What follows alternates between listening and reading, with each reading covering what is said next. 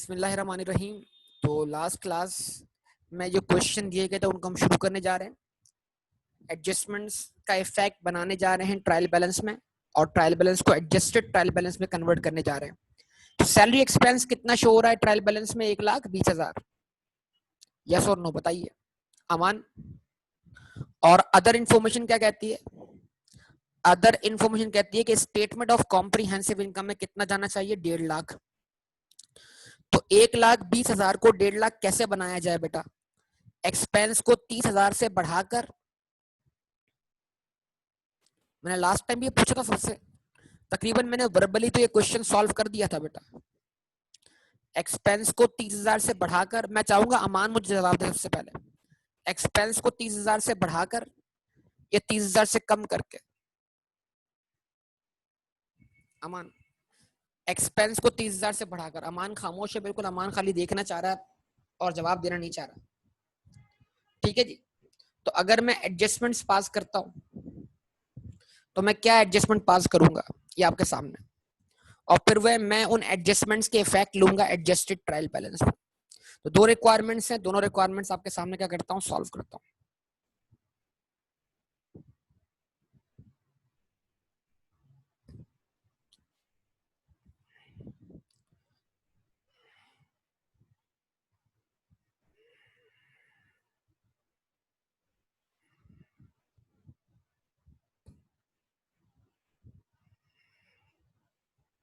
Adjustments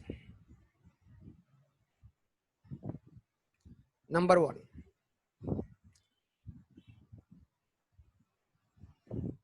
salaries expense debit,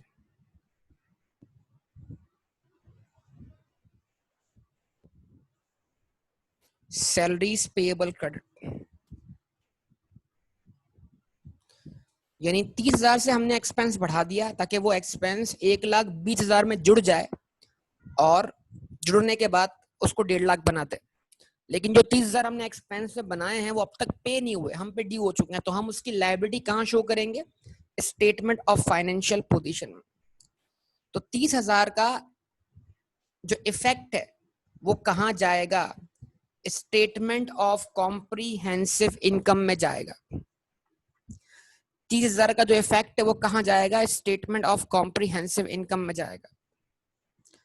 और trial balance में salary का already statement of comprehensive income में जाना वाला इफेक्ट कितना मौजूद है? 1,20,000। तो 1,20 ट्रायल बैलेंस से उठाएंगे, 30 इस एडजस्टमेंट से आएगा और दोनों मिलकर कहां जाएंगे? स्टेटमेंट ऑफ कॉम्प्रिहेंसिव इनकम में कितना अमाउंट बनकर? 1.5 लाख से। कोई मसले वाली बात है बताइए। और जो सैलरीज पेएबल वाला इफेक्ट है वो कहां जाएगा? स्टेटमेंट ऑफ फाइनेंशियल पोजीशन में। आप जवाब दीजिए, कोई मुश्किल बात ही नहीं है। तो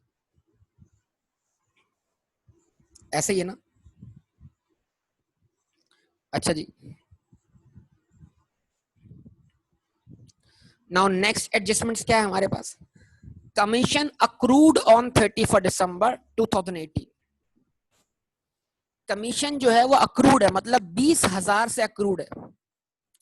तो अब एग्जामिनर के बताने के तरीके दो हैं। या तो बोले commission expense for the year is ₹100,000, इस पूरे साल का कमीशन एक्सपेंस जो है वो ₹1,00,000 है, तो आप 20,000 से एडजस्टमेंट पास कर दें। लेकिन वो ये भी तो कर सकता है ना कि आपको डिफरेंस दे दे कि कमीशन जो है वो 20,000 से और एक्सपेंस है। जितना लिखा हुआ है ट्रायल बैलेंस में उतना तो एक्सपेंस है, लेकिन 20,000 से वो और एक्सपेंस है जो आपने अब तक रिकॉर्ड नहीं किया।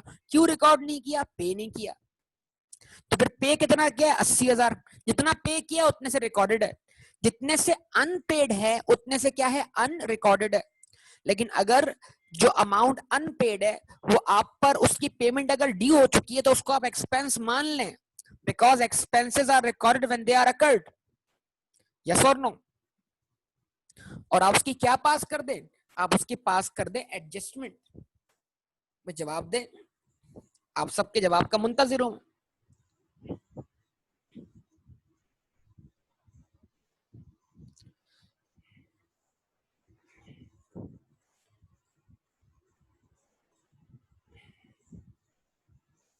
ऐसा ही है। तो हम क्या करेंगे, हम बोलेंगे जनाब जो एंट्री हमने ऊपर बनाई है वैसी एंट्री हम बनाएंगे। हम बोलेंगे कमीशन एक्सपेंस डेबिट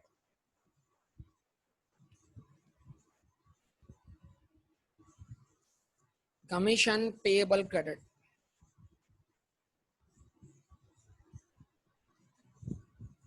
कितने से? 20,000 से।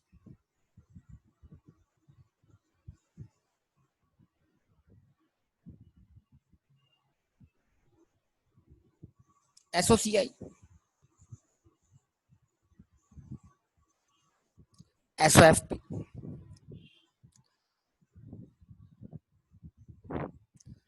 तो एक्सपेंस ट्रायल बैलेंस में कितना लिखा हुआ है? 80,000। मजीद डेबिट कितने से हुआ? 20,000 से। टोटल मिलकर कितना हुआ? 1,00,000। स्टेटमेंट ऑफ कॉम्प्रिहेंसिव इनकम में कितना जाएगा? 1,00,000 रुपए।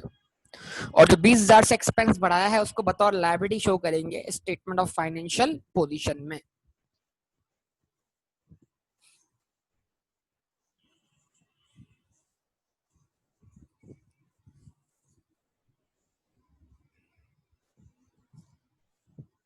ना उसके बाद नंबर 3 क्या है?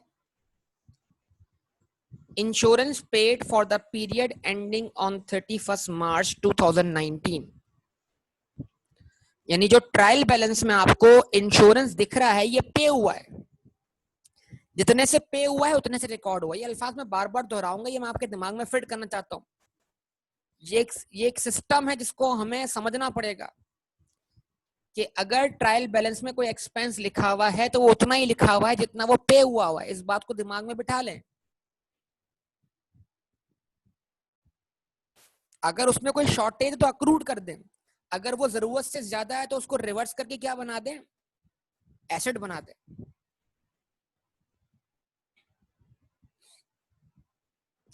तो आपने इंश्योरेंस पे किया है 2,40,000, जिसका पीरियड एंड हो रहा है 31 मार्च को और जो कि शुरू हो रहा है 1 अप्रैल 2018 से। तो हमने कहा जो भी हमने बनाया उसको हमने एंट्री बनाते वक्त क्या बनाया? प्रीपेड इंश्योरेंस डेबिट 2,40,000 से, कैश या बैंक क्रेडिट 2,40,000 से। मतलब हमने पहली एंट्री जो बनाई होगी वो प्रीपेड वाली बनाई होगी। तो अब एडजस्टमेंट जो होगी वो प्रीपेड के रिवर्सल से होनी चाहिए। यस और नो बोलिए। तो ये कैसे पता लग रहा है हमें कि पहली एंट्री प्रीपेड वाली बनी है? ट्रायल बैलेंस देख के पता लग रहा है भाई, सिंपल सी बात है। ट्रायल बैलेंस उस एंट्री को शो कर रहा है ना जो पहले बनाई होगी पेमेंट करते वक्त। तो क्या हमें पहली एंट्री बनानी है, क्या हमें एडजस्टमेंट पास करनी है? अगर एक एंट्री बनी हुई तो हमें तो खाली एडजस्टमेंट पास करनी है। ये छोटी छोटी बातें हमें समझनी है। हमें इंश्योरेंस की पेमेंट रिकॉर्ड नहीं करनी, वो तो रिकॉर्ड हुई हुई है, वो ट्रायल बैलेंस शो कर रहा है। अब हम ये देखना चाहते हैं कि भाई जो prepaid insurance trial balance show कर रहा है उसमें से कितना हिस्सा आपके लिए एक्सपेंस नहीं है और कितना हिस्सा आपके लिए एक्सपेंस है। तो प्रीपेड में जब भी आपको प्रीपेड दिखे तो आप क्या सोचेंगे? एक्सपायरी का सोचेंगे। एक्सपायरी कि इसमें से कितना एक्सपायर है, जितना एक्सपायर है उसको रिवर्स करके क्या मान लें? एक्सपेंस मान लें। कोई मुश्किल बात? तो आप सब जानते हैं 2,40,000 पूरे 12 महीने की पेमेंट है। इसमें से 9 मंथ्स क्या हो चुके हैं बेटा? एक्सपायर हो चुके हैं। और आपको चाहिए कि 9 मंथ की एक्सपायरी रिकॉर्ड करें।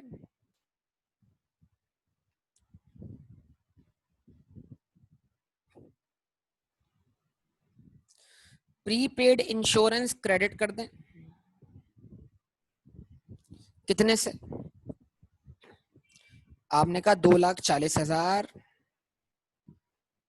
मल्टीप्लाइड बाय 9 डिवाइड बाय 12 यानी 1,80,000 से। प्रीपेड इंश्योरेंस क्रेडिट 1,80,000 से और उस 1,80,000 को क्या मान लें? Insurance expense. तो अब इंश्योरेंस एक्सपेंस एसओसीआई में कितना क्रिएट हुआ? 1,80,000 से। ट्रायल बैलेंस एसओएफपी में कितना प्रीपेड इंश्योरेंस भेज रहा था बेटा? 2,40,000। उसमें हम कितनी कमी ला रहे हैं? 1,80,000 से। तो अगर हम एसओएफपी में जाने वाले प्रीपेड इंश्योरेंस को 2,40,000 में से 1,80,000 से कम कर देंगे तो जो अब नेट इंपैक्ट बचेगा स्टेटमेंट ऑफ फाइनेंशियल पोजीशन में वो कितना बचेगा? 60,000। यस और नो बताइए।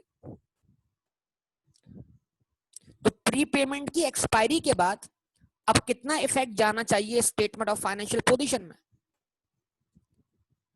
60,000। सबके जवाब का मुंतजिर हूं मैं यहाँ पर, क्योंकि मैंने बहुत डिटेल 2-3 क्लासेस ली हैं इन टॉपिक्स के ऊपर। अब आप देख लें इस बात को। अब उसके बाद कोई मुश्किल बात तो नहीं ना बेटा यहाँ पर? तो आगे आइए जरा जल्दी, मजीद हम आगे बढ़ते हैं।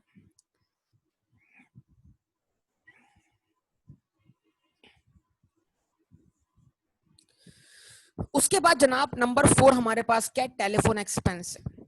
टेलीफोन एक्सपेंस ट्रायल बैलेंस में कितना शो हो रहा है? 60,000 शो हो रहा है। तो 60,000 क्यों शो हो रहा है? सर जितना पे किया उतना रिकॉर्ड किया उतना शो हो रहा है। तो जितने से पेमेंट हुई उतने से कैश या बैंक क्रेडिट हो चुका, टेलीफोन एक्सपेंस डेबिट हो चुका। तो जो जितने अमाउंट से टेलीफोन एक्सपेंस डेबिट हो चुका उतने अमाउंट से मुझे एक्सपेंस दिख रहा है कहां पर? ट्रायल बैलेंस में। अगर जितना एक्सपेंस ट्रायल बैलेंस में दिख रहा है उतना ही जाना चाहिए कहां पर? स्टेटमेंट ऑफ कॉम्प्रिहेंसिव इनकम में, तो नो एडजस्टमेंट। लेकिन अगर जितना ट्रायल बैलेंस में दिख रहा है उतना नहीं, उससे ज्यादा या उससे कम जाना चाहिए, तो it means that there is adjustment. Yes और नो? नाउ क्या कहता है? Telephone bills paid in advance for 6 months ending on 30 April 2019। Telephone bills advance में पे किए गए हैं 6 मंथ्स के लिए, और ये 6 मंथ्स पूरे कहां से हो रहे हैं? पूरे कहां पर हो रहे हैं? 30 अप्रैल 2019 पर। तो शुरू कहां से हो रहे हैं? नवंबर से। तो इस पेमेंट के 2 महीने फॉल करते हैं करंट अकाउंटिंग पीरियड में और 4 महीने फॉल करते हैं अगले अकाउंटिंग पीरियड में। तो जो 4 महीने के बराबर बैलेंस होगा वो हमारा इस साल का एक्सपेंस नहीं है, उसको हम एक्सपेंस से रिवर्स करके क्या मान लेंगे? प्री पेमेंट मान लेंगे। यस और नो बोलिए, जवाब दीजिए, रिस्पॉन्स कीजिए। सही है? ऐसा ही है? चलेंगे, ओके।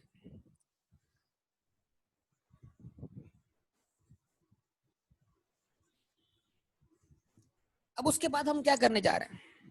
देखिए, अब इसकी मतलब हम जब आपने एक्सपेंस रिकॉर्ड कर दिया है, जब आपने पेमेंट करते वक्त पूरे अमाउंट को एक्सपेंस बना दिया है, तो फिर आपको ये समझना होगा कि अगर उसमें ज्यादा एक्सपेंस आ गया है जो अगले अकाउंटिंग पीरियड से बिलोंग करता है, तो उसको आप एक्सपेंस से रिवर्स कर दें। तो हम क्या करने जा रहे हैं? हम 4 महीने के बराबर टेलीफोन एक्सपेंस को एक्सपेंस बनने नहीं दे रहे, हम कह रहे हैं टेलीफोन एक्सपेंस क्रेडिट। हमने कहा हमने पेमेंट की थी 60,000 की, 60,000 बराबर है 6 महीनों की पेमेंट के, इसमें से 4 महीने के बराबर बैलेंस बिलोंग करता है आने वाले अकाउंटिंग पीरियड से। तो divide by 6 multiply by 4, answer आ गया 40,000। हमने कहा 40,000 से टेलीफोन एक्सपेंस रिवर्स कर दिया जाए, तो ट्रायल बैलेंस जो था वो कितना एक्सपेंस भेज रहा था स्टेटमेंट ऑफ कॉम्प्रिहेंसिव इनकम में? 60,000। लेकिन हमने 60,000 में से 40,000 को क्रेडिट करके स्टेटमेंट ऑफ कॉम्प्रिहेंसिव इनकम में जाने नहीं दिया। अब स्टेटमेंट ऑफ कॉम्प्रिहेंसिव इनकम में कितना जा रहा है? 20,000।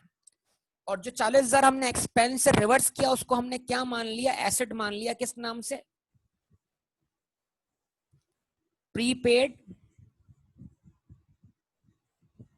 Telephone expense. और ये इम्पैक्ट कहां चला गया? एसओएफपी में। कितने से? 40,000 से। जवाब दे। कोई मसला? 20,000 से थोड़ी एसेट बनेगा बेटा, 40,000 से बनेगा ना। जो मुस्तकबिल का एक्सपेंस है वो 40,000 है और 40,000 ही जाएंगे स्टेटमेंट ऑफ फाइनेंशियल पोजीशन में। 60 थे, 60 में से 40 की कमी की, वो 40 को क्या मान लिया? एसेट मान लिया। 20 को क्यों मानेंगे? 20 तो एक्सपेंस है ना, जो नवंबर और दिसंबर की पेमेंट है। अच्छा जी, इंटरेस्ट इनकम। इंटरेस्ट इनकम कितनी शो हो रही है बेटा ट्रायल बैलेंस में? 1.5 लाख रुपए। और इंटरेस्ट अक्रूड कितने से? 50,000 रुपए से। तो इसका मतलब क्या हुआ कि 50,000 मजीद इंटरेस्ट पर आपका राइट टू रिसीव स्टैब्लिश हो चुका है, लेकिन ये 50,000 जो इजाफी हैं ये आपको रिसीव नहीं हुए। अगर रिसीव हो जाते तो आपका ट्रायल बैलेंस कितनी इंटरेस्ट इनकम शो करता, 2 लाख रुपए। तो आप इंटरेस्ट इनकम को 2 लाख बनाए। बेटा राहिल ये एंट्री गलत बन रही है आपसे।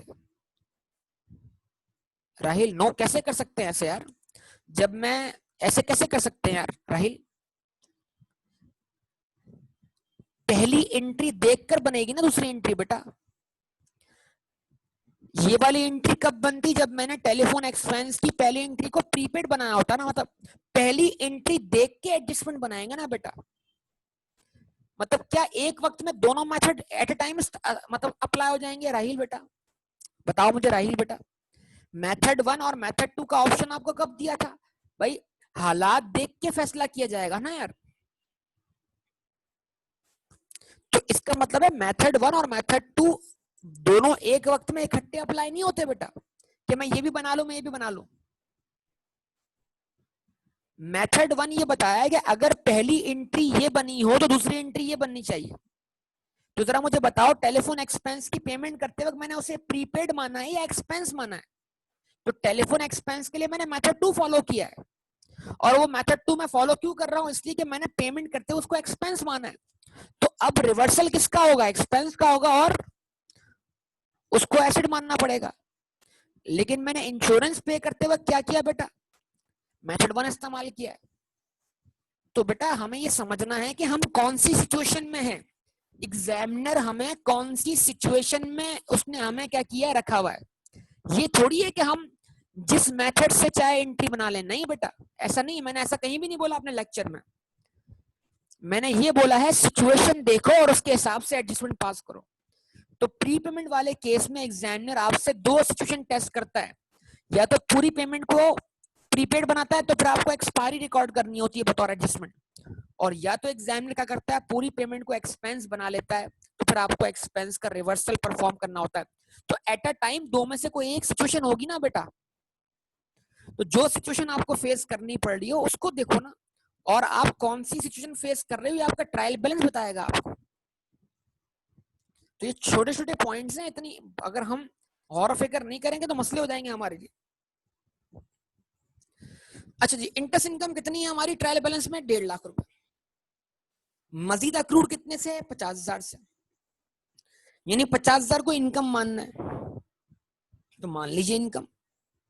इनकम कैसे माने? डेबिट करके माने, क्रेडिट करके माने? बताइए आप। तो आप एडजस्टमेंट पास करते हैं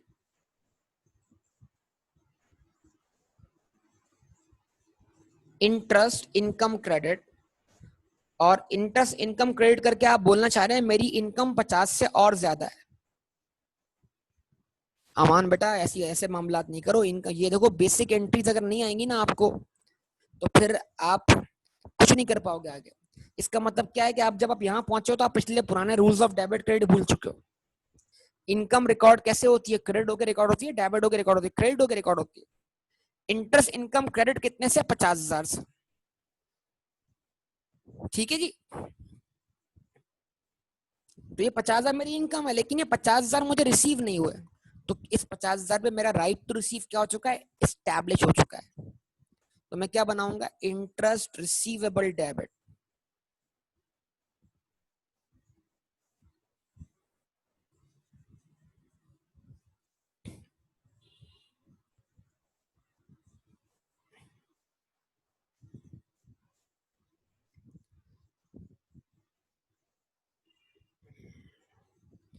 $50,000 से। तो इंटरेस्ट रिसीवेबल कहां गया बेटा?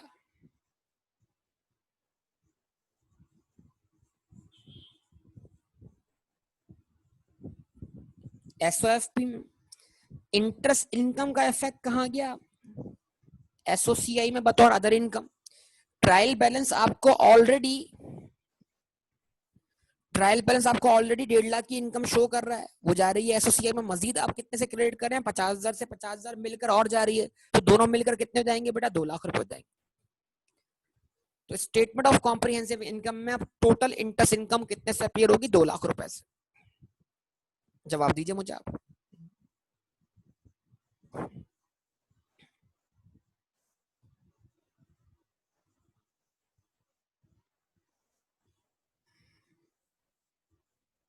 सही है, ओके बेटा, अमान सही है, मसला नहीं है। अच्छा ऐसी बात है तो ठीक है।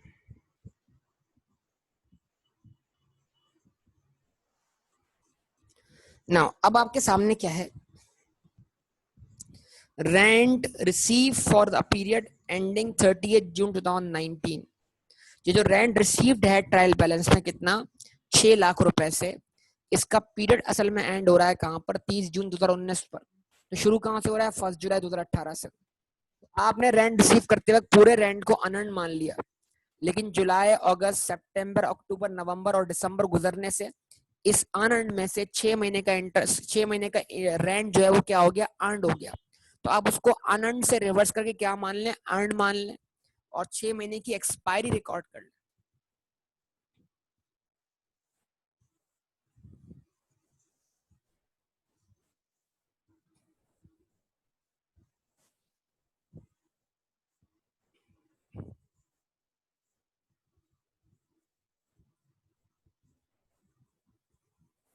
क्या एंट्री बनेगी?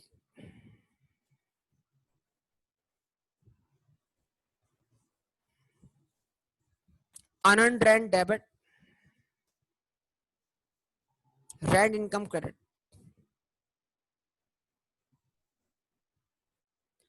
ठीक है जी। अब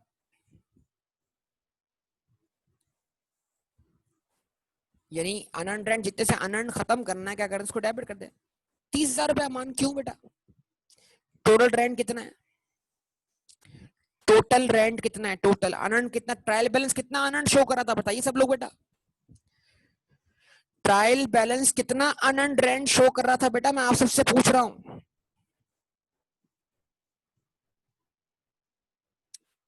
6 लाख रुपए।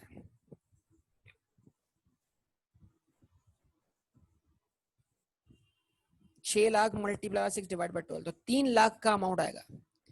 3 लाख से अनअर्न्ड रेंट डेबिट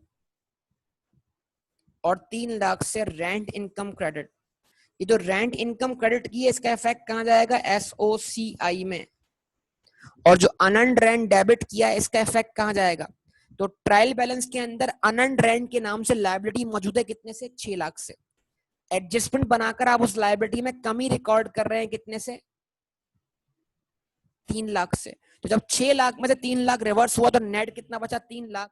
वो 3 लाख रुपए एसओएफपी में जाएगा। ये वाला 3 लाख नहीं, ये वाला 3 लाख तो 6 लाख में से कमी ला रहा है, और जो बच रहा है, नेट बच रहा है, वो जा रहा है स्टेटमेंट ऑफ फाइनेंशियल पोजीशन में। ये चीज ध्यान में रखिएगा बेटा आपको।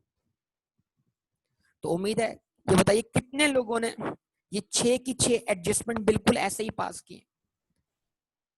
आप में से कितने लोग ऐसे हैं जिन्होंने 6 की 6 एडजस्टमेंट्स ऐसे की ऐसे ही पास की?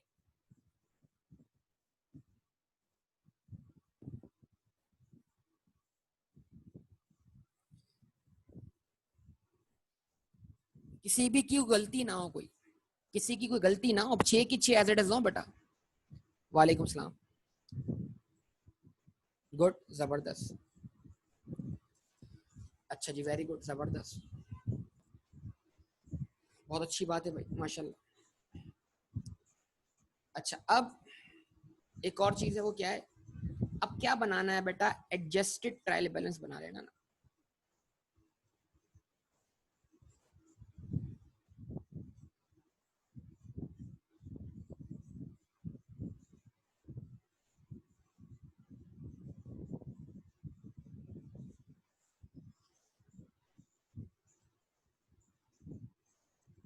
एडजस्टेड ट्रायल बैलेंस, वो एडजस्टेड ट्रायल बैलेंस क्या है? जरा बताइए।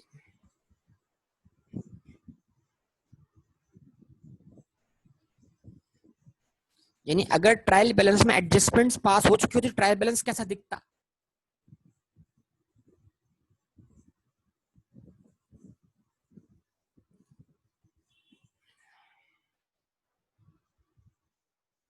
ये बताइए आप में से कितने लोगों की 5 एंट्रीज करेक्ट है? 5 वाले कितने हैं? 5 वाले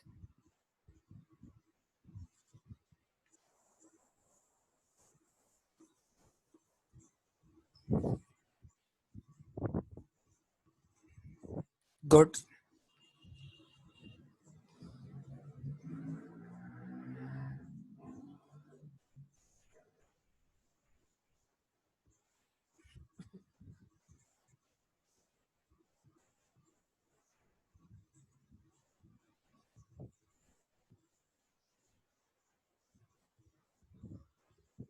ठीक है,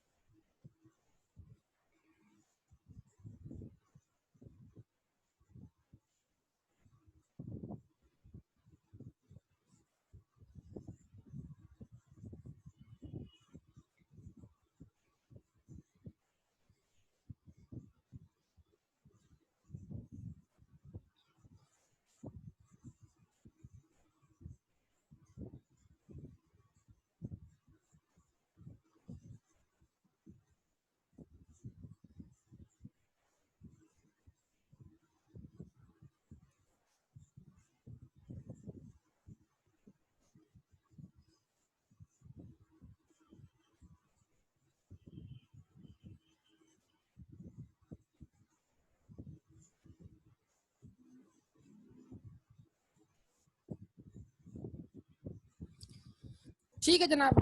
तो अकाउंट टाइटल क्या है? अकाउंट टाइटल सबसे पहला टाइटल क्या था बताइए? ट्रायल बैलेंस में सैलरी एक्सपेंस था कि नहीं था? रिस्पॉन्स करेंगे तो अब बात बनेगी। अच्छा जी, अब एक एक बात बड़ी तवज्जो से सुननी है हमने।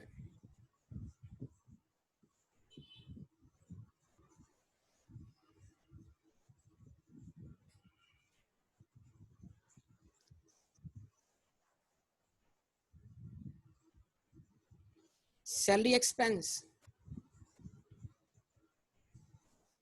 सर वो पुराना वाला ट्रायल बैलेंस सैलरी एक्सपेंस कितने से शो कर रहा था? 1.5 लाख से शो कर रहा था। तो ये आ गए पहले वाले 1.5 लाख रुपए। यस, जवाब दें। मजीद हमने इसको कितने से डेबिट कर दिया है? मजीद हमने इसको कितने से डेबिट कर दिया है? तो पहले वाले 1.5 लाख रुपए डेबिट थे, मजीद 30 से डेबिट हुआ, तो डेबिट और डेबिट आपस में क्या हो गए? प्लस हो गए। कुल मिला के कितने हो जाएंगे?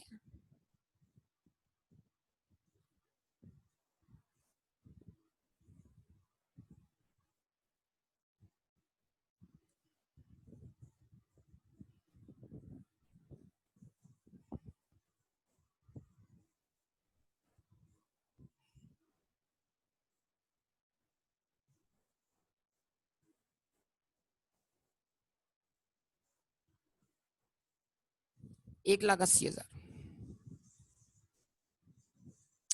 एक 20 था पुराना, एक अच्छा 120 था। ओके।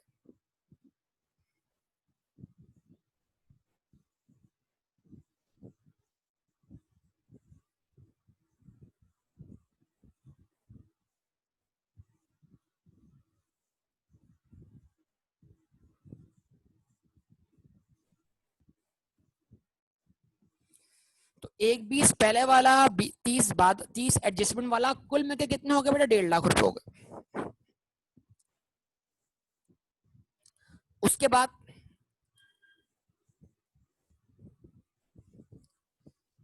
Commission expense.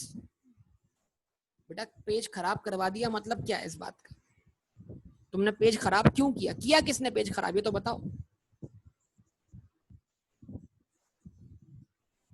है बेटा अमान?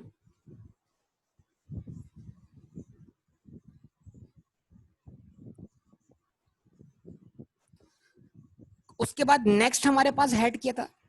तो इसका मतलब ये हुआ, अगर आप गौर करें इस बात पर, तो मैंने एडजस्टमेंट की सैलरी एक्सपेंस डेबिट वाले एंट्री का इफेक्ट ले लिया है, यस और नो? लेकिन मैंने अभी तक सैलरी पेबल का इफेक्ट नहीं लिया, वो हम लेते हैं आखिर में। अच्छा, अब ट्रायल बैलेंस में हमारे पास कमीशन एक्सपेंस कितना लिखा हुआ है?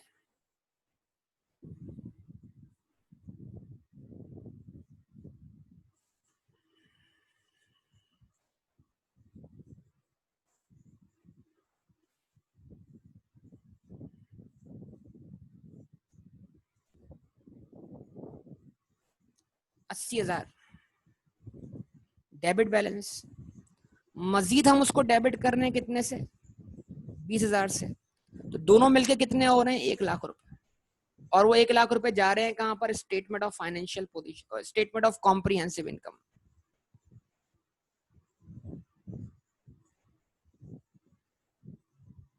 ऐसे ही जवाब दें। तो इसका मतलब ये हुआ कि मैंने कमीशन एक्सपेंस के डेबिट वाली एंट्री का भी इफेक्ट ले लिया एडजस्टमेंट में, लेकिन पेएबल का इफेक्ट लेना बाकी है। अच्छा जी आगे बढ़ते हैं। उसके बाद क्या बेटा, इंश्योरेंस एक्सपेंस।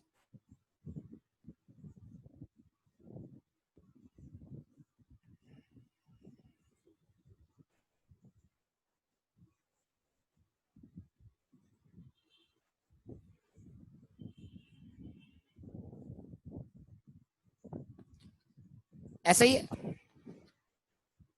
इंश्योरेंस एक्सपेंस तो हेड क्रिएट हो रहा है ना, पहले से मौजूद हेड क्या है, जो पहले से हेड मौजूद है, सॉरी, प्रीपेड इंश्योरेंस।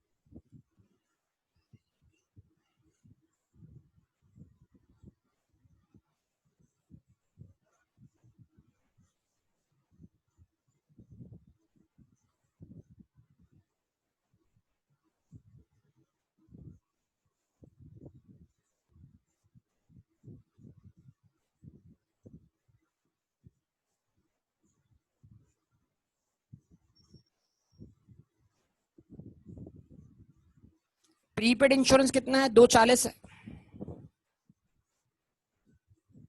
240 जो है डेबिट साइड पर है, यस और नो, जवाब दें। उस हम प्रीपेड इंश्योरेंस को क्रेडिट कितने से कर रहे हैं, क्रेडिट 1,80,000 से। तो अगर 240 का बैलेंस डेबिट बैलेंस है, तो 180 उसके अगेंस्ट क्या हो रहे हैं, क्रेडिट हो रहे हैं। तो डेबिट के अगेंस्ट जो क्रेडिट होगा उसका इफेक्ट क्या होगा, माइनस में चला जाएगा।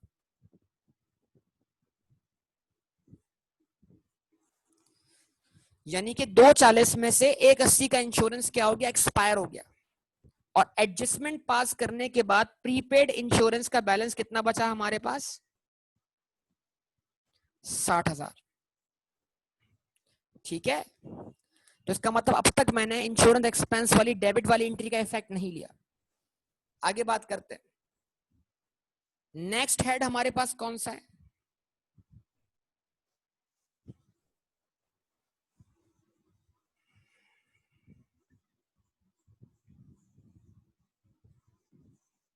Telephone expense. टेलीफोन एक्सपेंस कितना शो हो रहा था, 60 से। 60 में से 40 हमारे लिए एक्सपेंस नहीं था, तो मैं टेलीफोन एक्सपेंस क्रेडिट वाली एंट्री बना रहा हूं कि मैंने टेलीफोन एक्सपेंस को 40 से कम कर दिया। तो 60 के डेबिट बैलेंस पे अगेंस्ट अगर हम 40 का करते हैं, क्रेडिट करते हैं, तो उसका इफेक्ट क्या होगा, माइनस में आएगा। मतलब आपका टेलीफोन एक्सपेंस कितना है, 20,000 है, जो जाना चाहिए स्टेटमेंट ऑफ कॉम्प्रिहेंसिव इनकम। उसके बाद आगे बात करते हैं, आगे क्या था आपके पास, अगला हेड आपके पास क्या था,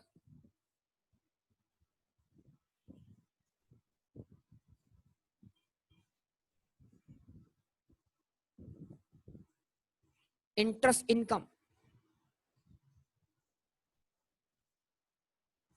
इंटरेस्ट इनकम आपका ट्रायल बैलेंस कितने से शो कर रहा था, 1.5 लाख से क्रेडिट बैलेंस। और आप मजीद इंटरेस्ट इनकम क्रेडिट कर रहे हैं कितने से, 50,000 से। तो क्रेडिट और क्रेडिट आपस में क्या हो जाएंगे बेटा, प्लस हो जाएंगे।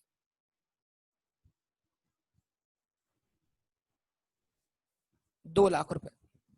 तब आपकी इंटरेस्ट इनकम कितनी शो होगी, 2 लाख रुपए शो होगी। तो ये जो 1.5 लाख को मैंने 2 लाख बनाया है, कैसे बनाया? इंटरेस्ट इनकम को क्रेडिट करके, और डेबिट वाला रिसीवेबल वाला इफेक्ट आना भी बाकी है। उसके बाद आपका ट्रायल बैलेंस जो था वो क्या शो कर रहा था? वो अर्न्ड रेंट शो कर रहा था। कितना शो कर रहा था? 6 लाख रुपए। 6 लाख का बैलेंस क्या है आपके पास? डेबिट बैलेंस है। इसमें से आपने 3 लाख रुपए क्या कर दिए? एक्सपायर कर दिए। तो 6 लाख के अगेंस्ट, 6 लाख के क्रेडिट बैलेंस के अगेंस्ट जब 3 लाख रुपए क्या हुए? डेबिट हुए। तो अब आपका अनअर्न्ड रेंट का क्रेडिट बैलेंस कितना बचता है? 3 लाख रुपए। उसके बाद ये 6, अब आपको जो अकाउंट्स दिख रहे हैं ना बेटा, ये वो अकाउंट्स हैं, ये वो टाइटल्स हैं जो पहले से ही ट्रायल बैलेंस में मौजूद थे। ये करने के बाद अब आपको वो टाइटल्स देखने चाहिए जो पिछले ट्रायल बैलेंस में मौजूद नहीं थे और जो एडजस्टमेंट की वजह से क्या हो रहे हैं? क्रिएट हो रहे हैं। जवाब दीजिए, वो कौन से हैं? जैसे सबसे पहले सैलरी एक्सपेंस डेबिट हो गया, तो सैलरी एक्सपेंस डेबिट हो गया, 30 यहां पर आ गया। तो अब क्या करना है मुझे? सैलरीज पेएबल का इफेक्ट दिखाना है। तो ये मैंने नया हेड ओपन कर लिया, सैलरीज पेएबल का, कितने से? 30,000 से। इसका डेबिट इफेक्ट सैलरी एक्सपेंस में शामिल हो चुका है। कमीशन एक्सपेंस 20 से डेबिट हो गया है, 20 से डेबिट हो गया, उसका इफेक्ट 80 में ऐड हो चुका है। अब मुझे कमीशन पेएबल क्रेडिट करना चाहिए।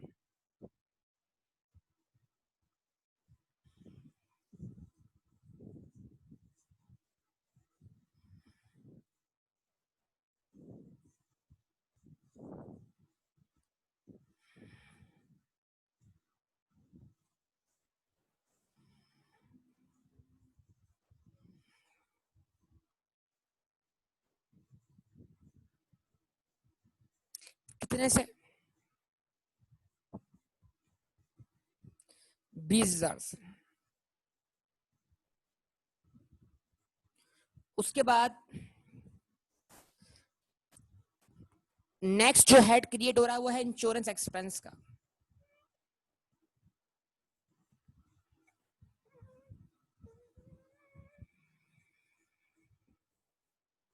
वो क्या है?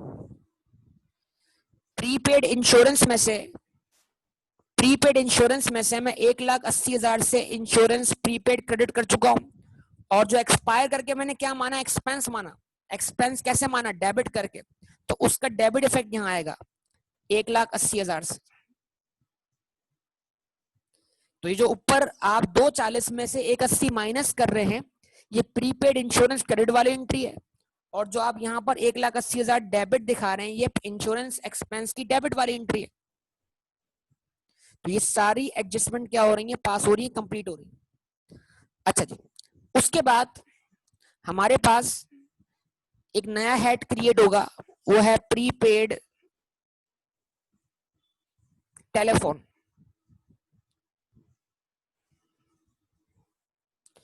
प्रीपेड आपका टेलीफोन एक्सपेंस शो हो रहा था 60,000 से, आपने टेलीफोन एक्सपेंस को 40 से क्रेडिट कर दिया, और 40 से क्रेडिट करके आपने एक्सपेंस रिवर्स करके उसको क्या मान लिया? एसेट मान लिया, 40 से डेबिट कर दिया प्रीपेड इंश्योरेंस।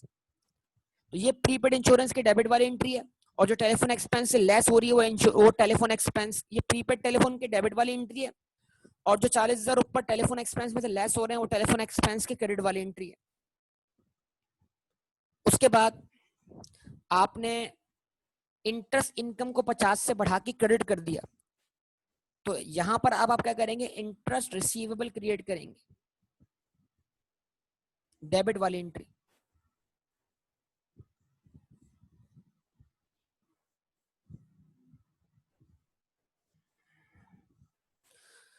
उसके बाद अनअर्न्ड रेंट का बैलेंस 600 था, 600 में से आपने अनअर्न्ड रेंट 300 से डेबिट कर दिया, ये इफेक्ट आ गया। और अब आप क्या करें? यहाँ पर रेंट इनकम क्रेडिट कर दें,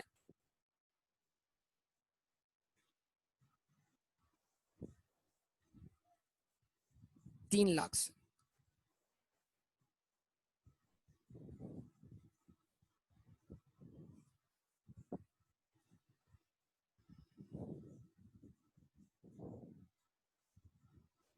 ये आपका एडजस्टेड ट्रायल बैलेंस बन जाएगा बेटा, जिसमें वो अकाउंट जो पहले से खुले हुए हैं उन पे एडजस्टमेंट का इफेक्ट है, और वो अकाउंट भी आ गए जो एडजस्टमेंट की वजह से क्रिएट हुआ। तो ये आपका एडजस्टमेंट पास करने के बाद वाला ट्रायल बैलेंस है। कोई डिफिकल्टी हो तो बोलिए बेटा, इस चीज में जवाब दें।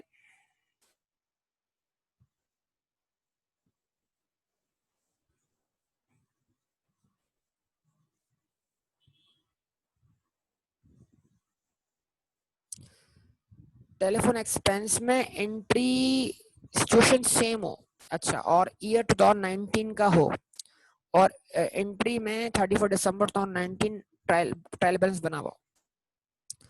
बेटा बेहतर है शिराज, आप क्वेश्चन को क्या कर लो, आप जो मैंने एडजस्टमेंट लिखी है उसको बना के लिख दो, तो मुझे ताकि बात समझ में आ जाए।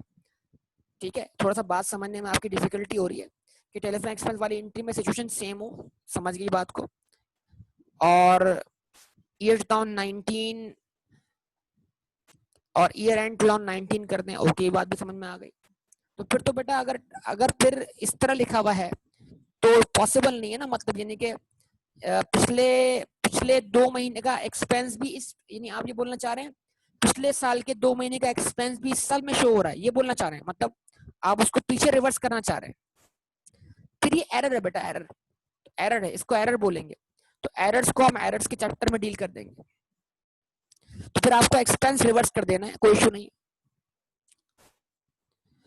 आपको एक्सपेंस रिवर्स करके उसको पिछले साल का एक्सपेंस मानना पड़ेगा। अब ये सवाल है कि एक्सपेंस रिवर्स करके इसको पिछले साल का एक्सपेंस कैसे माने।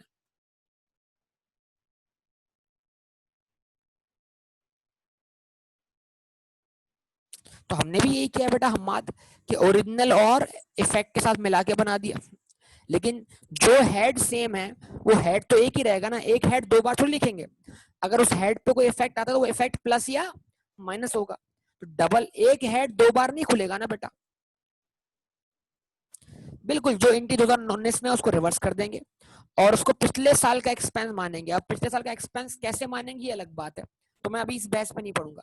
तो फिर उस चलें आपको मैं बता देता हूँ सोल्यूशन क्या है, कि एक्सपेंस आप रिवर्स कर दें, उसका इफेक्ट ले जाएं आप कैपिटल के ऊपर। अब क्यों ले जाएं कैपिटल के ऊपर, वो एक अलग बहस शुरू हो जाएगी हमारी, अभी हमारा लेवल यहाँ तक पहुंचा नहीं है कि हम इस बहस में पढ़े। लेकिन अगर आप एंट्री बनाना चाहते तो आप एक्सपेंस क्रेडिट कर दें, कैपिटल डेबिट कर दें। इससे 2 महीने का एक्सपेंस जो पिछले साल से बिलोंग करता है वो पिछले साल पे चार्ज हो जाएगा, अगर आपने एरर किया है तो। जी जनाब, बताइए कितने लोगों ने ट्रायल बैलेंस बनाया ऐसे?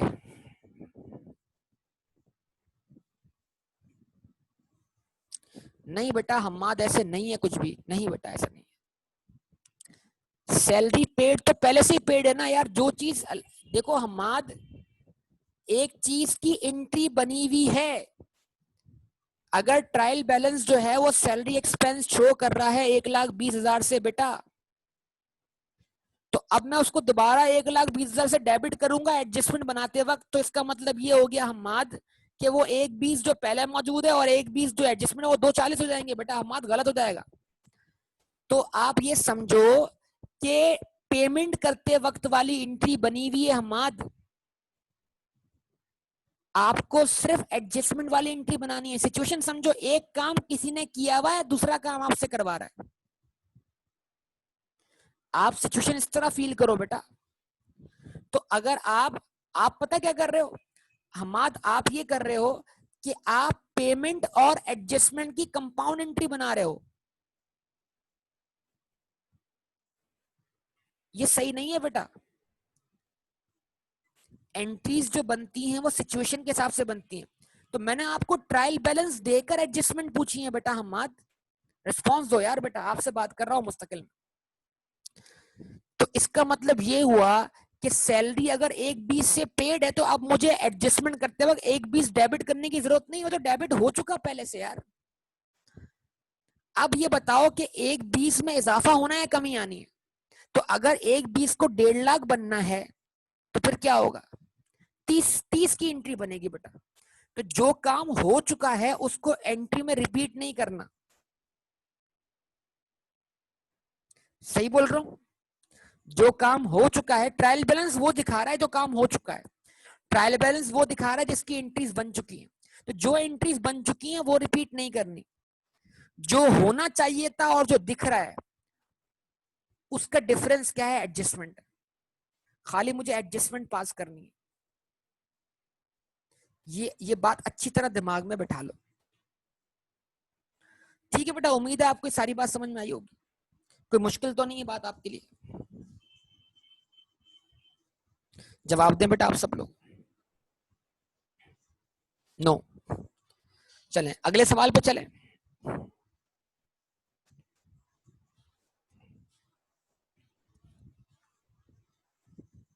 उसी का इंतजार है आप लोगों को ज्यादा मेरे ख्याल से ना, उसी सवाल का इंतजार है आपको, क्या कहते हैं?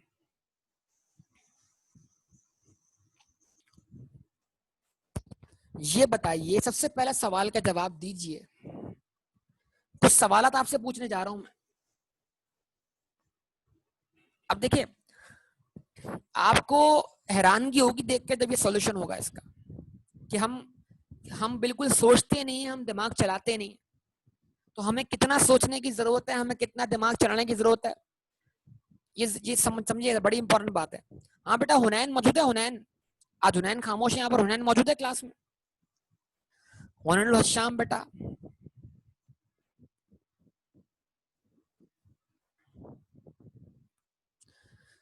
हाँ बेटा। अब आपसे कुछ सवाल, हाँ तो माशाल्लाह, हाँ भाई अब बताऊंगा मैं, अब बताऊंगा। हुनैन, मैं नहीं बताऊंगा से लेकर बताऊंगा तक आ रहा हूं मैं। हुनैन बेटा, तो बिलाखिर मैंने इलाज बता दिया बेटा, तो आज मैं इलाज बताने जा रहा हूँ। क्या कहते हो हुनैन? ओके जनाब। तो ट्रायल बैलेंस आपको दिया हुआ है, अब कुछ सवालात करके जवाबात आपसे पूछूंगा और मैं इसको सॉल्यूशन करता जाऊंगा। ये बताइए कि ट्रायल बैलेंस कब बनता है? अगर पूरे साल का बन रहा है तो कब बनेगा? साल के स्टार्ट पे बनेगा, साल के आखिर में बनेगा?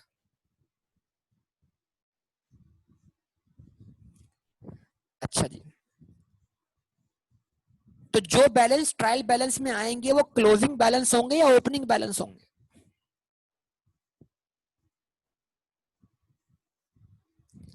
तो क्या कहते हैं आप, लोन का जो बैलेंस लिखा हुआ है, जो लोन का बैलेंस लिखा हुआ है वो लोन का क्लोजिंग बैलेंस है या ओपनिंग बैलेंस है?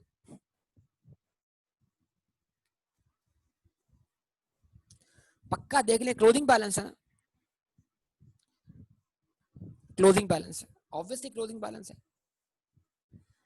तो ये क्लोजिंग बैलेंस जो है 5 लाख और 8 लाख की पेमेंट करने के बाद है या करने से पहले?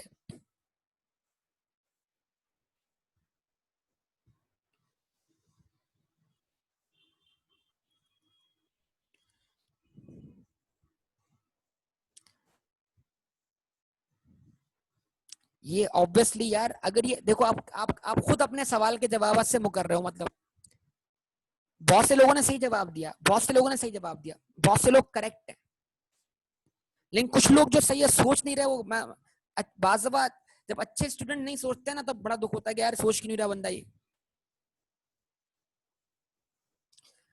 अब आप ये सोचो कि लोन का क्लोजिंग बैलेंस आपको कब दिया हुआ है? 30 जून 2018 को। और पेमेंट्स कब हुई हैं? 30 जून 18 से पहले हुई हैं, 18 के बाद हुई हैं? तो इसका मतलब अगर पेमेंट्स 30 जून 2018 से पहले हुई हैं, तो ये बैलेंस, ये पेमेंट्स करने के क्या हुआ? ये बैलेंस वो पेमेंट्स करने के क्या हुआ? बाद हुआ ना? यस और नो? क्या ख्याल है? तो अगर आपसे ये सवाल किया जाए, बताइए इस साल के स्टार्ट पर, इस साल के स्टार्ट पर किसी भी किस्म की पेमेंट करने से पहले हमारे लोन का अमाउंट कितना था, तो आप क्या करेंगे?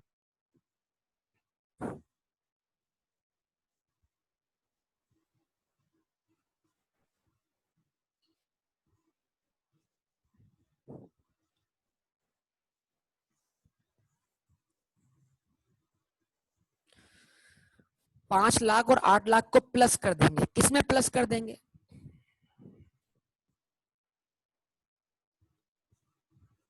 12 लाख में। क्या आंसर आएगा? ये तो लॉजिकल बात है ना कि अगर आप 2 पेमेंट्स कर चुके हैं और 2 पेमेंट्स करने के बाद आपका लोन 12 लाख बचता है, तो एक्चुअल लोन तो आपका 12 लाख से ज्यादा हुआ ना। बिल्कुल लॉजिकल बात है। इतनी लॉजिक अप्लाई नहीं करेंगे तो क्या होगा कि अगर 2 पेमेंट्स करने के बाद भी आप पर कर्जा 12 लाख बचा हुआ है, तो इसका मतलब आपका एक्चुअल कर्जा 12 लाख से क्या था? ज्यादा था। कितना था?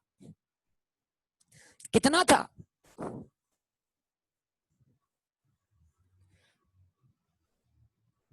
25 लाख था।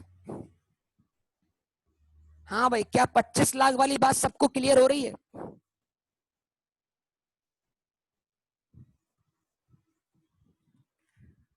अब देखें, इसको हम बोलते हैं एनालिटिकल अप्रोच।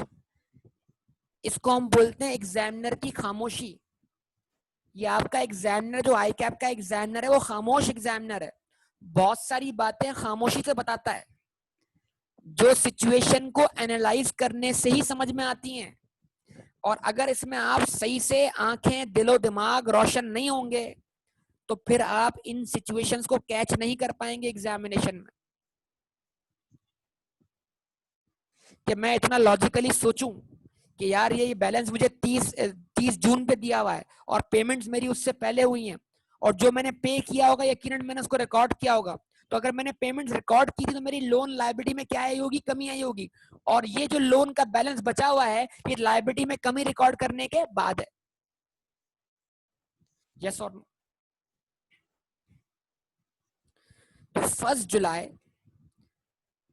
जुलाई 2017 पर मुझ पर लोन कितना होगा, हमारे बिजनेस पे लोन कितना होगा फिर 1 जुलाई पर, किसी भी किस्म की पेमेंट करने से पहले पहले? जवाब दे।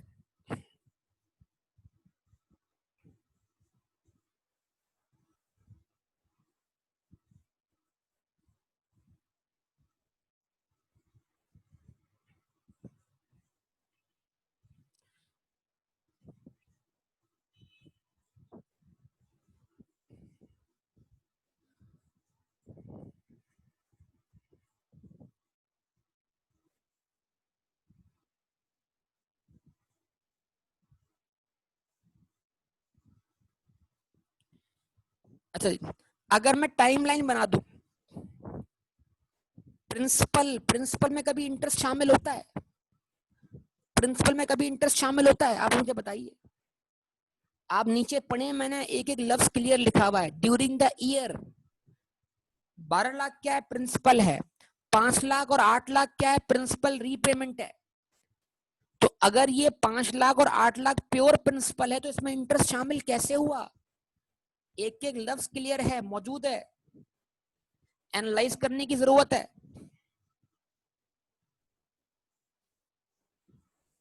1 जुलाई 2017 से हमारा अकाउंटिंग पीरियड शुरू होता है। जवाब चाहिए होगा आप सबका। सर 30 जून 2018 पर हमारा अकाउंटिंग पीरियड क्या होता है? एंड होता है। ये 12 महीने का हमारा अकाउंटिंग पीरियड है। इसके दरमियान हमारे लिए 2 डेट्स अहम हैं। वो 2 डेट्स कौन सी हैं जो हमारे लिए अहम है? जहां पर हम लोन रीपे कर रहे हैं। एक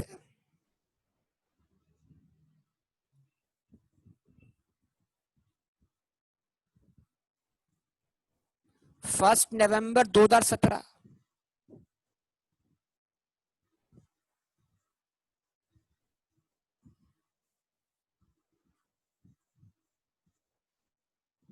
और एक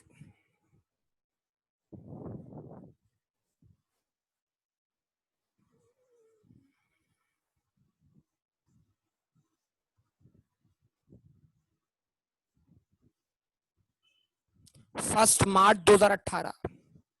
जवाब दो।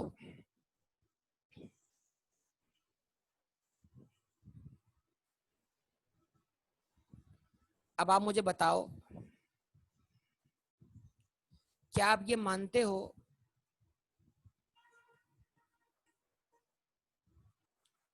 कि यहां लोन जो था हमारा,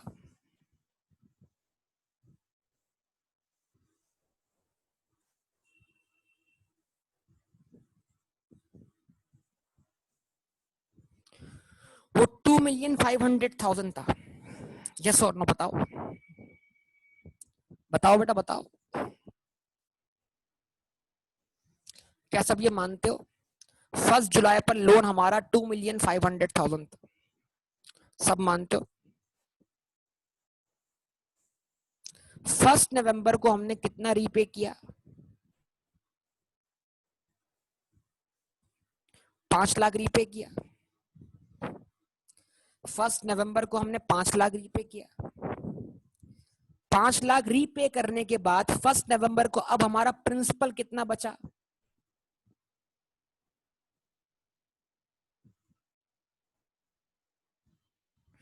2 मिलियन, करेक्ट। और उसके बाद 1 मार्च को हमने क्या पे किया? 8 लाख पे किया। और 8 लाख पे करने के बाद हमारा प्रिंसिपल कितना बचा?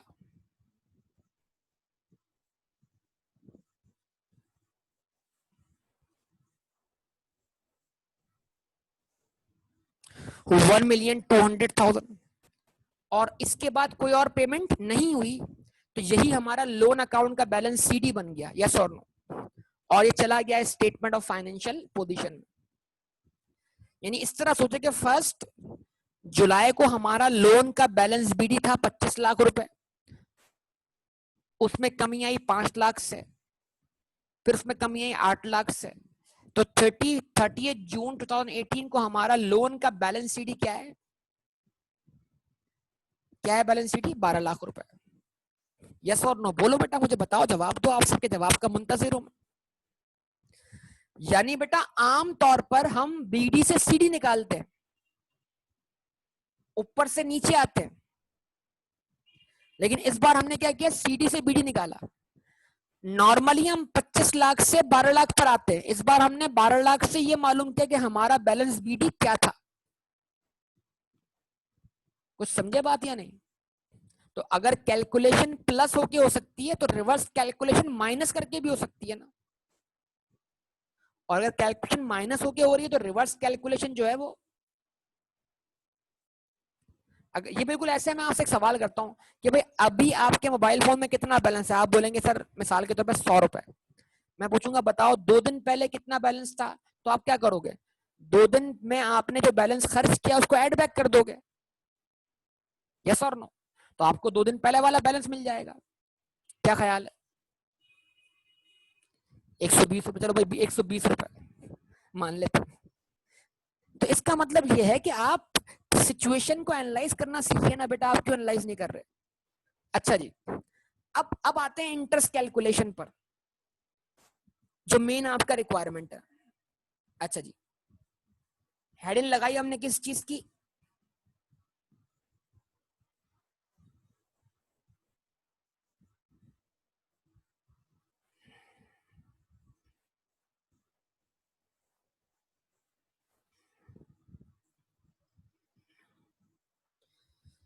हेडिंग लगाई हमने किस चीज की? इंटरेस्ट ड्यू की।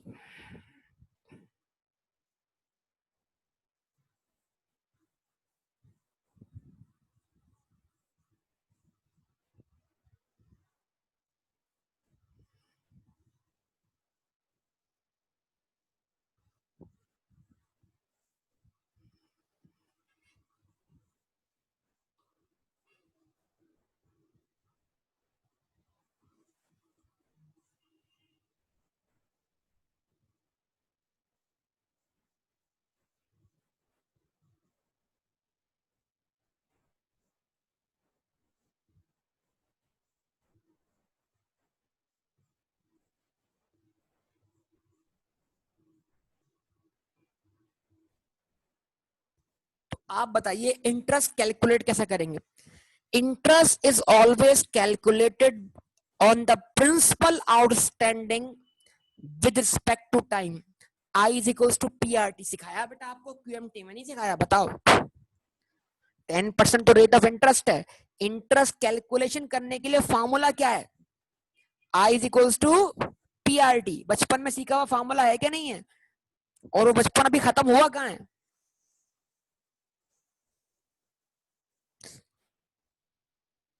जवाब दें। तो अब आप बताइए जरा,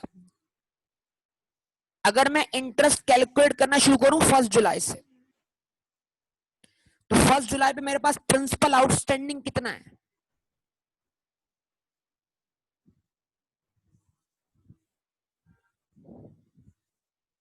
अरे भाई प्रिंसिपल 10% मत निकालो यार, प्रिंसिपल बताओ, जो सवाल पूछो उसका जवाब दो। 25 मिलियन। तो बेटा क्या 2.5 मिलियन, 25 लाख रुपए। 2.5 मिलियन क्या पूरा साल आउटस्टैंडिंग रहा है? क्या 2.5 मिलियन पे पूरे साल का इंटरेस्ट निकलना चाहिए? ये 2.5 मिलियन पे जुलाई, अगस्त, सितंबर और अक्टूबर तक का इंटरेस्ट निकलना चाहिए। नवंबर तो शुरू हुआ है अमान, 1 नवंबर है अल्लाह के बंदे।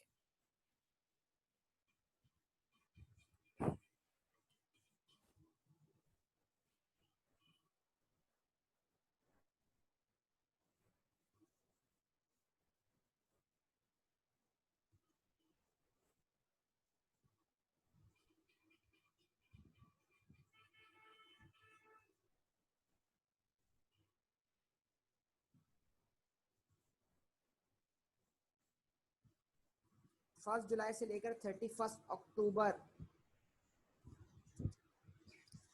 प्रिंसिपल कितना? 2,500,000। जब इस पे रेट लगाया 10%, तो पूरे साल का इंटरेस्ट बन गया। मुझे कितना चाहिए? 4 महीने का। 4/12। हाँ बेटा, क्या आंसर बना बताओ? क्या आंसर बना? क्या आंसर बना? आंसर कैलकुलेट कर लो जल्दी से, आप सबके जवाब का मुंतजिर हूं।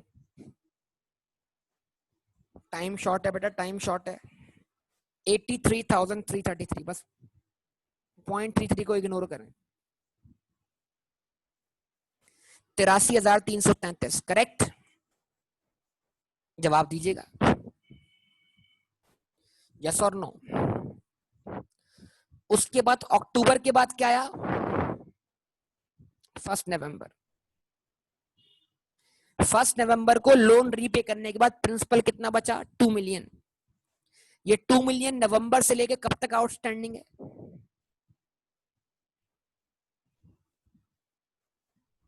28 फरवरी तक। यस और नो? तो इस 2 मिलियन पे अब इंटरेस्ट कैलकुलेट करना है।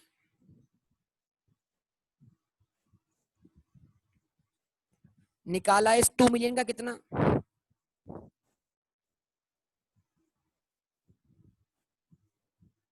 10%, मल्टीप्लाइड बाय 4 डिवाइडेड बाय 12 कर दिया। जवाब दीजिए, कितना हुआ? 66,666। ये 67 होगा ना बेटा? ये 67 होगा। इसमें राउंडिंग जो आगे आगे नहीं हो रही, राउंडिंग क्या? 0.66 नहीं है इसके अंदर क्या? तो यार इसकी राउंडिंग फिर आगे करें ना, ताकि ऊपर और नीचे वाला अमाउंट क्या होता है, बैलेंस हो जाए। सही है। वो 0.33 जो ऊपर छोड़ दिया, तो वो इसमें शामिल हो गया, टोटल बैलेंस क्या हो गया? बराबर हो गया। अब उसके बाद बताओ, फर्स्ट फर्स्ट मार्च को से लेकर 30 जून को कितना प्रिंसिपल आउटस्टैंडिंग है? कितना प्रिंसिपल आउटस्टैंडिंग है? 1,200,000।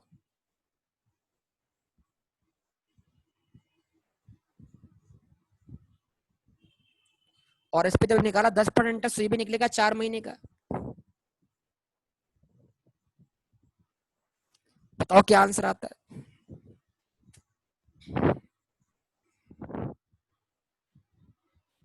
40,000 आंसर आ रहा है।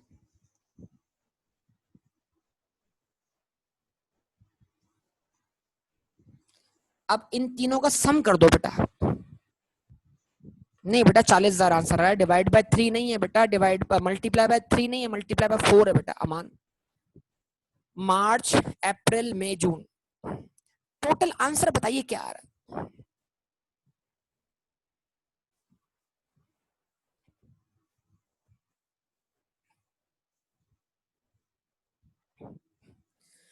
टोटल आंसर आ रहा है 1,90,000। ये 1,90,000 आपको क्या बता रहा है? ये 1,90,000 आपको ये बता रहा है कि आपका साल भर में इंटरेस्ट कितना ड्यू हुआ। नो शॉर्ट कैसे हमाद, शॉर्ट कैसे हमाद, तुम बिल्कुल आज क्या कर रहे हो, डाइवर्ट हो रहे हो, बिल्कुल कॉन्सेप्ट खराब कर रहे हो। शॉर्ट कैसे बेटा, ये जुलाई से लेके जून तक का इंटरेस्ट है, ये पूरे साल का इंटरेस्ट है, ये पूरे साल का इंटरेस्ट ड्यू हुआ है। इतने से इंटरेस्ट जाना चाहिए स्टेटमेंट ऑफ कॉम्प्रिहेंसिव इनकम में, यस और नो? यानी स्टेटमेंट ऑफ कॉम्प्रिहेंसिव इनकम में एक्सपेंस कितने से जाना चाहिए?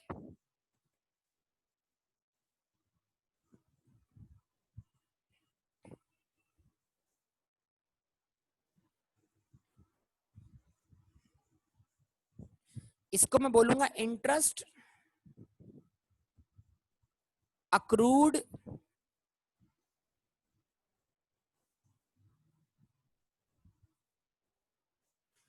During the year. पूरे साल में, पूरे साल में इंटरेस्ट कितना ड्यू हुआ? 1,90,000। लेकिन इसमें से जितना ट्रायल बैलेंस शो कर चुका है उतना पे भी हो चुका और रिकॉर्ड भी हो चुका। अब आप मुझे बताइए ट्रायल बैलेंस कितना इंटरेस्ट एक्सपेंस शो कर रहा है? सबसे पूछ रहा हूं बेटा, हुनैन मैदान में आ जाओ बेटा।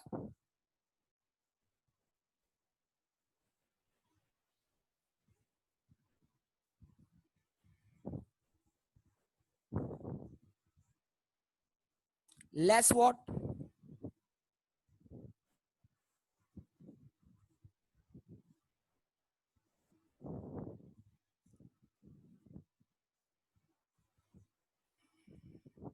इंटरेस्ट पेड, इंटरेस्ट पेड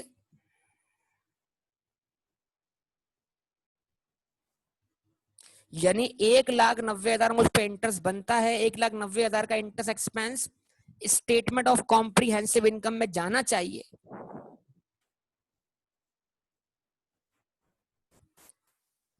ये मैं जवाब देता हूं बाद में, जरा पहले इस बात को सुनना। 1,90,000 का interest expense statement of comprehensive income में जाना चाहिए, लेकिन 1,90,000 में से 1,20 पे भी हो चुके हैं और रिकॉर्ड भी हो चुके हैं। तो अब मुझे ट्रायल बैलेंस में लिखे हुए 1,20 को 1,90 बनाना है, तो कितने से बनाऊं मैं?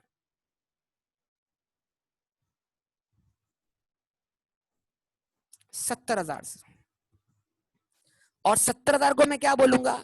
70,000 को मैं बोलूंगा इंटरेस्ट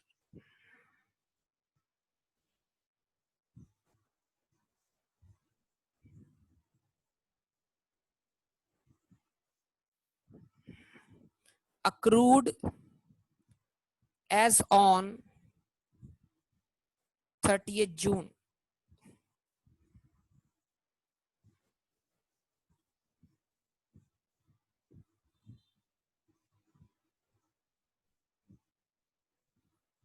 ठीक है जी। यानी देखें, अब मैं बार बार आपको एक बात बोल रहा हूं, interest accrued during the year का मतलब क्या है? साल भर में जो एक्सपेंस बना, जो ड्यू हुआ एक्सपेंस। लेकिन जो साल भर में एक्सपेंस ड्यू हुआ होगा उसमें से कुछ एक्सपेंस पेमेंट होने की बिना पर ऑलरेडी ट्रायल बैलेंस में रिकॉर्डेड होगा। तो फिर आपको एडजस्टमेंट हमेशा डिफरेंस से बनानी है कि जो साल भर में ड्यू हुआ उसमें से जो पोर्शन रिकॉर्डेड है उसको दोबारा रिकॉर्ड ना करें बराए मेहरबानी, उसमें जो शॉर्टेज है उसको रिकॉर्ड करें प्लीज। इस बात को समझिए। तो शॉर्टेज कितने से एक्सपेंस में? यानी एक्सपेंस 70,000 से मजीद ड्यू है लेकिन पे नहीं हुआ, और पे नहीं हुआ तो रिकॉर्ड भी नहीं हुआ।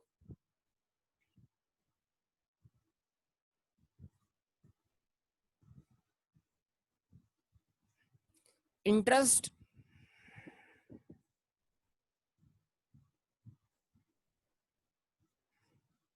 एक्सपेंस डेबिट,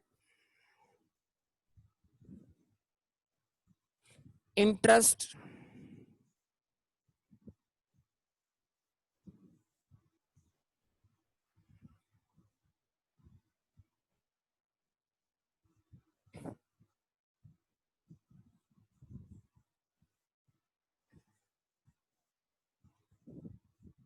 पेबल क्रेडिट कितने से? 70,000 से।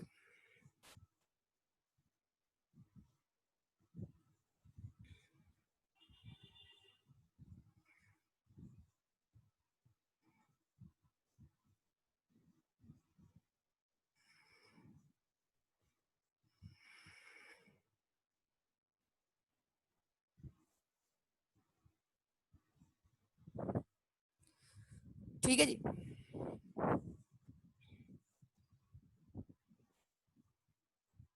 जवाब दीजिए, रिस्पॉन्स दीजिए।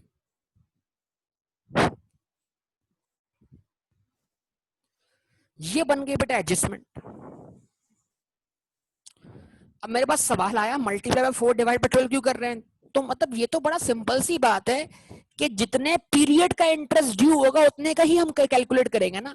क्या इंटरेस्ट कैलकुलेशन में टाइम इंपॉर्टेंट नहीं?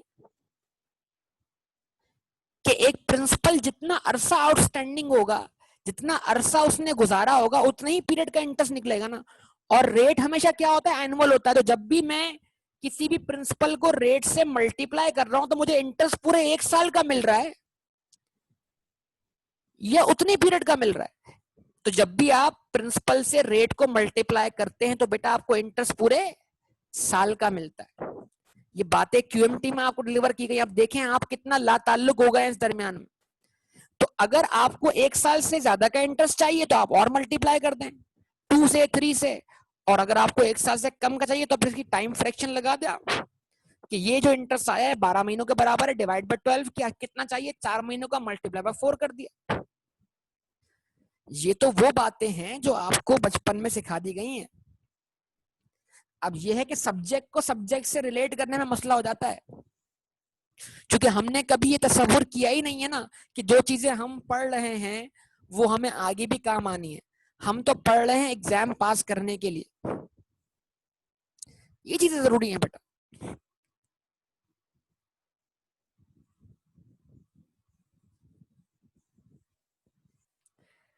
तो बेटा ये आपके सामने है। अब आप एडजस्टमेंट देख लें, आप ट्रायल बैलेंस बना लें, इसमें क्या मसला था? अब जब क्यूएमटी को रिलेट करना पड़ गया अकाउंटिंग से, इंटरेस्ट यही फाइंड किया था बेटा आपने, बिल्कुल 1,90,000 ही आपके पास आया था इंटरेस्ट। चलें, गुड, जबरदस्त, बहुत अच्छी बात है, माशाल्लाह। तो इतना कर लिया तो फिर क्या बचा आगे? मेन चीज तो इंटरेस्ट ही कैलकुलेट करना था। ठीक है जनाब, तो उम्मीद करता हूं आज की क्लास से आपको बहुत कुछ सीखने को मिला होगा और इस चीज को कंटिन्यू करेंगे अभी आगे चल के। आप पे बर्डन नहीं डालते ज्यादा फिल वक्त। अब समझ में आ गया होगा इंशाल्लाह। ठीक है जी, तो ओके, यहाँ तक स्टॉप करेंगे। अल्लाह हाफिज। बाकी बातें इंशाल्लाह आइंदा क्लास में होती रहेंगी। ठीक है जी, ओके।